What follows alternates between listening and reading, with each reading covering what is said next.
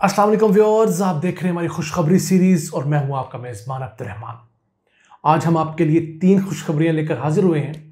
पहली खुशखबरी तो पाकिस्तान ने अपनी एक्सपोर्ट्स बढ़ाने के लिए एक और नई फील्ड ढूंढी है जिसके ज़रिए पाकिस्तान की एक्सपोर्ट्स चंद सालों में बहुत ज़्यादा बढ़ सकती हैं, और वो है आलमी गेमिंग की इंडस्ट्री। जी हाँ, वो गेमें, वीडियो गेम जो हम अपने मोबाइल्स में, कंप्यूटर्स में, लैपटॉप्स पे खेलते हैं, वो सालाना $550 अरब की इंडस्ट्री है और पाकिस्तान दुनिया का 5वां बड़ा मुल्क है। इस $550 अरब में कितना ज़्यादा शेयर पाकिस्तान ले सकता है, इसको आज डिस्कस करेंगे। जबकि दूसरी खुशखबरी ये है कि पाकिस्तान ने एक्सपोर्ट्स और टूरिज़्म बढ़ाने के लिए स्कर्दू एयरपोर्ट के ऊपर कस्टम का महकमा बाकायदा तौर पर फ़ाल कर दिया है। उसकी वजह से स्कर्दू इंटरनेशनल एयरपोर्ट जब इंशाल्लाह करीब फ़ाल होने वाला है, वहाँ से एक्सपोर्ट शुरू हो जाएंगी, आलमी सयाह आएंगे तो उनकी कस्टम क्लियरेंस हो सकेगी। जबकि तीसरी खुशखबरी है कि पाकिस्तान की पहली बच्चों की सेहत से मुतालिक यूनिवर्सिटी फ़ाल हो गई है, चाइल्ड हेल्थ साइंसेस के नाम से, जो कि लाहौर में वाक़ है। आज उसको डिस्कस करेंगे क्योंकि पाकिस्तान में सालाना 50 लाख बच्चे औसतन पैदा होते हैं और इन बच्चों की सेहत से मुतालिक कोई डिग्री अवार्डिंग यूनिवर्सिटी मौजूद नहीं थी पूरे मुल्क के अंदर, तो ये पाकिस्तान की पहली यूनिवर्सिटी होगी। तो आज थोड़ा मरदमशुमारी पर भी और जो हम कहते हैं पॉपुलेशन कंट्रोल, उसके ऊपर भी नज़र डालेंगे।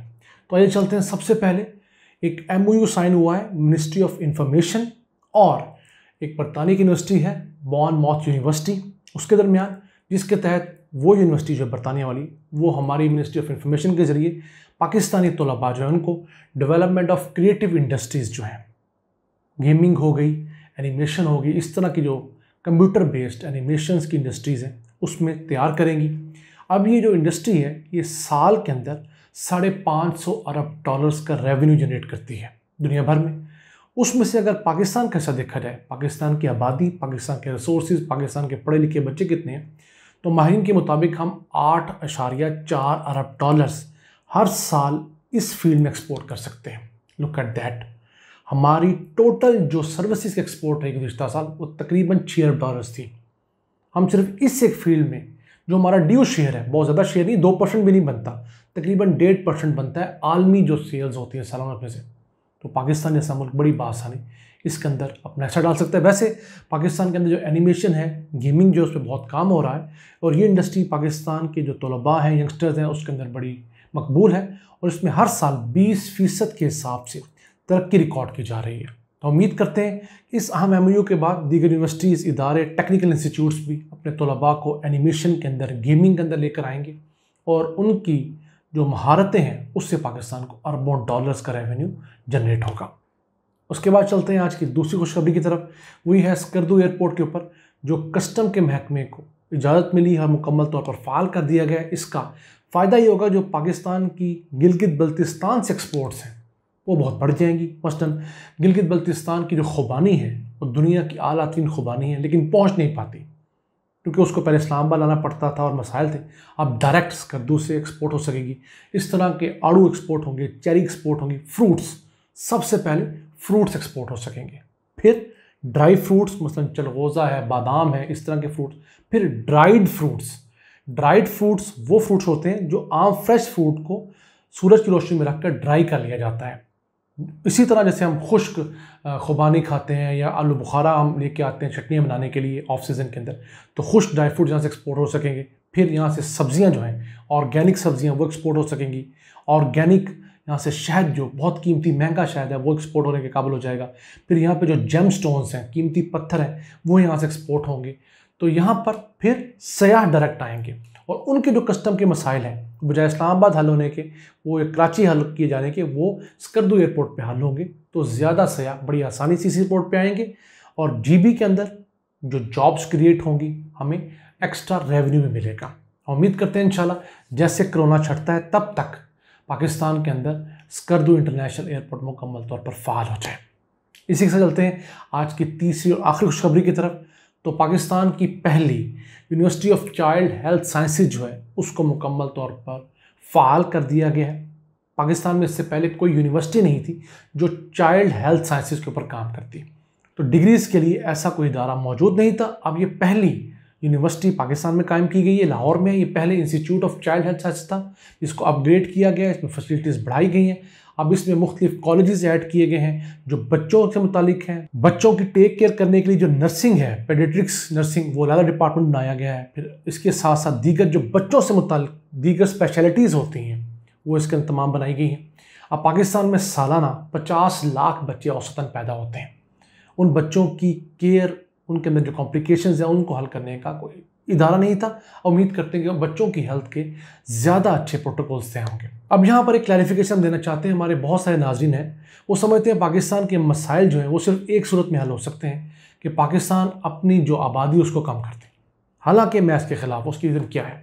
हमारे इशू आबादी नहीं है, हमारा इशू मिसमैनेजमेंट है, करप्शन है, नाअहली है।